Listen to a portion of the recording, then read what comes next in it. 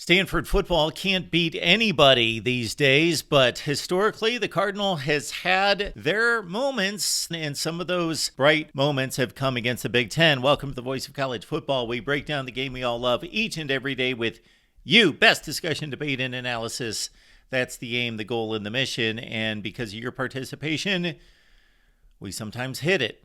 All right, let's look at another school that is rumored to go to another conference in realignment. And it's an interesting one, of course, because of the academic prowess, but also because of the football prosperity in the past, in the recent past. But over the past 5 years, it's been mighty dismal at Stanford, and nobody's showing up for the football games there in Palo Alto. Let's match up Stanford against the Big Ten. This is a program that robbed Ohio State of a clear-cut national championship with a win in the Rose Bowl in 1970, and then also just prior to the time period in which we are evaluating, of course, the Cardinal and Ty Willingham matched up against Wisconsin in the 2000 Rose Bowl 99 season, and the Badgers won it 17-9. But we are looking at all the football games played between the Big Ten and the Stanford Cardinal since the year 2000. 2019, a win against a hapless Northwestern team that finished at 3-9. Cardinal won at 17-7. Northwestern defeated Christian McCaffrey and Stanford, a team that went on to rout Iowa in the Rose Bowl that season.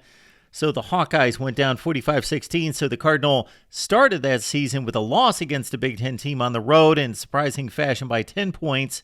And then by the end of the season, they crushed Iowa by 4 touchdowns. In 2014, it was Stanford and Maryland in the Red Box Bowl. Cardinal way too much in this one, 45-21. In 2013, it was Stanford and Michigan State. David Shaw's team lost to Mark Antonio and company 24-20. Stanford a favorite in that game, but Michigan State finished number 3 in the nation with a Rose Bowl win. In 2012, it was again Stanford in the Rose Bowl against Wisconsin this time. And good football game, but the Cardinal too much for the Badgers in this one, 20-14. And again, we note that just prior to our evaluation period, it was Wisconsin and Stanford in another Rose Bowl. So only 6 games to look at, and many of them extremely important, with 3 Rose Bowl appearances and another bowl game between these two. And Stanford went 1-2 against ranked teams. The point differential in favor of the Cardinal at 55 points. These Stanford teams, despite the lackluster run of Stanford football in the past 4 or 5 seasons, 59-22, and Stanford faced really good Big Ten teams that finished at 53-27. When we look at Stanford football since the year 2000, awful run from the beginning of that time frame up until Jim Harbaugh really taking hold of this program and raising it to elite status. So about 7 or 8 bad seasons followed by elite play. Harbaugh brought them to an 8-5 finish and a matchup in a bowl game against Oklahoma, and then they really took off with a lot of BCS bowl appearances there between Harbaugh and when David Shaw took over. All told, and of course this includes a bad run over the last 4 or 5 years, Stanford at 155-124 overall, the Pac-12 record at 106-92, 6 wins and 5 losses in bowl play. When we add it all up, we've got the Cardinal winning 3 Pac-12 championships.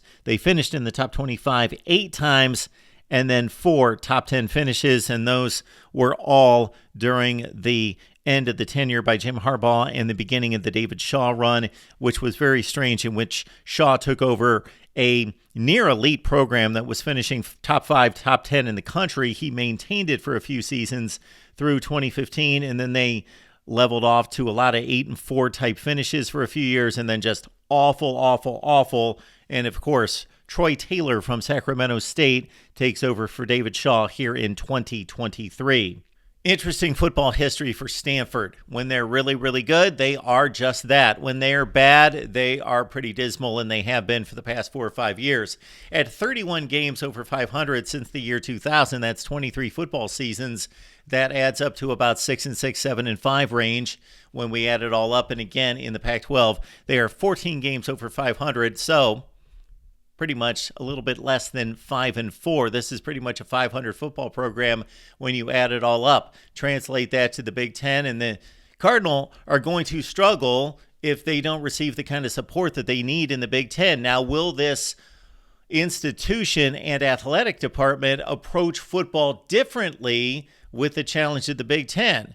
Again, I remind people almost on a weekly basis that challenge Stanford going to the Big Ten and saying Stanford adds no value to the Big Ten. Well, we understand from the other components involved here that, of course, this is one of the great elite academic institutions in America, and the Big Ten certainly values that at a high rate. Also, keep into consideration recency bias. Stanford's awful in football, of course, but as recently as 2017, 2018, they were going to decent bowl games. Before that, 2011, 12, 13, 14, and 15 range, Stanford was a top 10 perennial team and then going to Rose Bowls and finishing in the top 5 in the nation. Stanford can win at football.